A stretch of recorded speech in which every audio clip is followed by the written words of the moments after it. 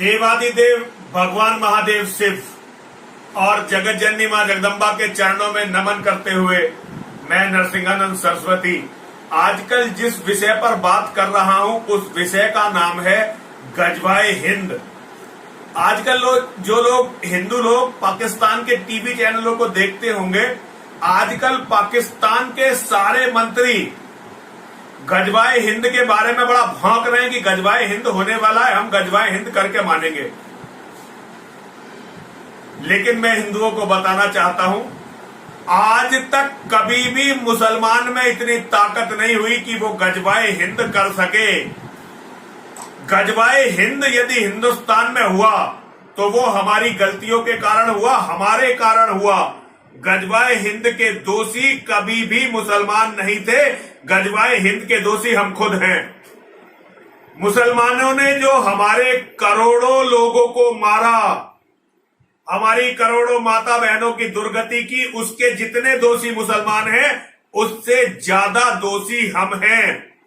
हमने ये होने कैसे दिया, हमने ये होने क्यों दिया? देखिए मेरे सामने कुछ किताबें रखी हुई हैं, मैं आपको दिखाना चाहता हूं। ये किताब है महाभारत की। महर्षि वेद व्यास जी ने इस किताब को लिखा था। ये किताब, इसका नाम है महाभारत।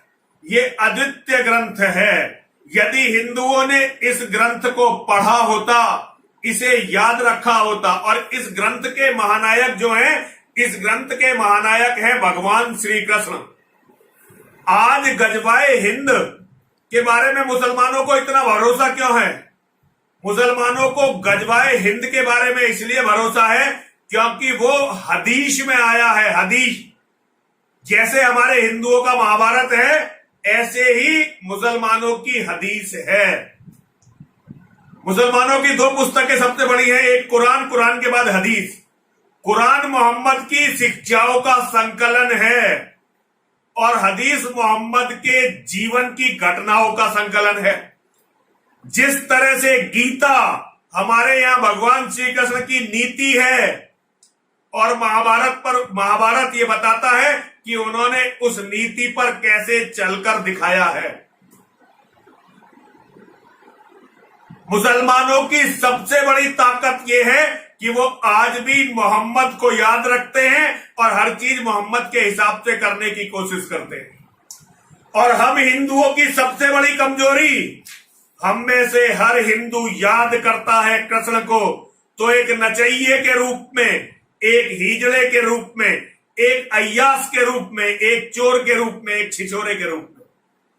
हमने अपने भगवान के साथ जो अन्याय किया, हमने अपने भगवान के साथ जो पाखंड किया, उसने हमारी दुर्गति की है। और उसी के कारण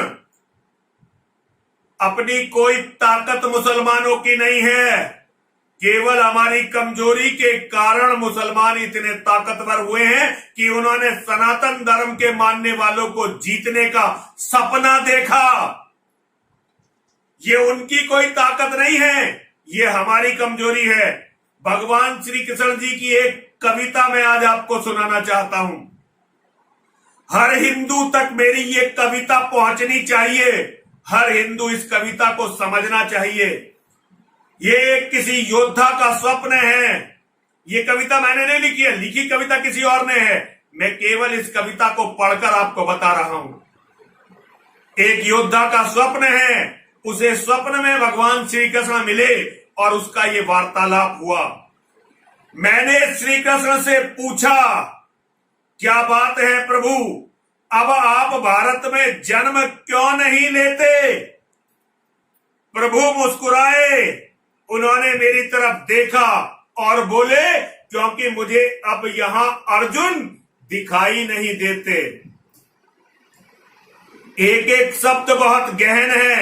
मैं नमन करता हूं उस कवि को जिसने ये कविता लिखी है। आप भी जरा इस कविता का एक एक शब्द ध्यान से सुनिए। मैंने श्री कृष्ण से पूछा, क्या बात है प्रभु, अब आप भारत में जन्म क्यों नहीं लेते? प्रभु मुस्कुराए, मेरी तरफ देखा और बोले, क्योंकि मुझे अब यहां अर्जुन दिखाई नहीं देते। अब तो यहां जो लोग रहते हैं वे खुद को मेरा भक्त तो कहते हैं, पर वे मेरी बात नहीं सुनते हैं। वे मेरी पूजा तो करते हैं, पर मेरी गीता पर नहीं चलते हैं। वे तो बस मंदिरों में हिजड़ों की तरह तालियां बजाकर नाचते हैं। अब तुम ही बताओ, हिजड़ों के देश में मैं कैसे जन्म लेता। मैं तुम्हें बताता हूं कि भारत के लोग जब गीता पढ़ेंगे, गीता सुनेंगे, गीता को समझेंगे और गीता के अनुसार आचरण करेंगे, धर्म की रक्षा के लिए शस्त्र उठाएंगे, धर्म की रक्षा के लिए शस्त्र उठाएंगे, दुश्मन का वध करने के लिए रणभूमि में जाएंगे, तो हर धनुर्धारी अर्जुन के रथ पर मुझे सारथी के रूप में बैठा हुआ पाएंगे। जब मुझे यहां अर्जुन जैसे वीर दिखाई देंगे, तो मैं भी उनके साथ कंधे से कंधा मिलाऊंगा। मैं तुम्हें बताता हूं कि तुम अर्जुन बनो, तो मैं भी गीता में दिया अपना वचन निभाऊंगा, अपना वचन निभाऊंगा। और भगवान का वचन क्या है? भगवान का वचन है, यदा यदा ही धर्मस्य ग्लानिर्भवति भारत अभ्युत्थानम अधर्मस्य तदात्मानं सृजाम्यहम्। परित्राणाय साधूनाम विनाशाय च दुष्कृताम धर्म संस्थापना अर्थाय संभवामि युगे युगे। हर युग में साधुओं को बचाने के लिए आऊंगा। मेरा बड़ा जोर है इस साधु, इस सज्जन शब्द पर। जरा हिंदुओं समझने की कोशिश करो। साधु देते सुख सदा, सज्जन देते सुख सदा, दुर्जन देते त्रास, आखिर तो देगा वही जो है जिसके पास। धर्म के नाम पर भी जो कौम अधर्म का प्रचार करती हो और अपने आप को सज्जन मानती हो, उस कौम को बचाने के लिए कसर कैसे आएंगे? उस कौम पर तो गजवाए हिंद होकर रहेगा।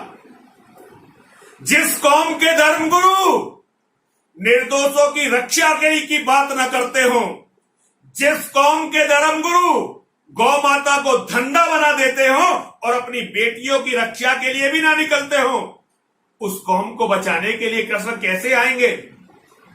पहले हमें तो अपने हथियार लेकर खड़े होना होगा। यदि हम लड़ने के लिए तैयार नहीं हुए और धर्म को बचाने के लिए प्राण जैसी छोटी वस्तु देने को तैयार नहीं हुए, तो धर्म हमारी रक्षा कैसे करेगा? अरे हमारे महाभारत का, हमारे वेदों का सूत्र है, यतो धर्मस् ततो जया। जहां धर्म होता है वहां जय होती है। हमने सनातन के किसी सिद्धांत का पालन नहीं किया, इसीलिए हम हार रहे हैं। मुसलमान इसलिए जीत जाते हैं क्योंकि वो इस्लाम के हर सिद्धांत का अक्षरश पालन करते हैं। गजवाए हिंद उनकी ताकत से नहीं होता, गजवाए हिंद हमारे और हमारे धर्मगुरुओं की कायरता से होता है। हिंदुओं, मेरी ये बात जारी रहेगी।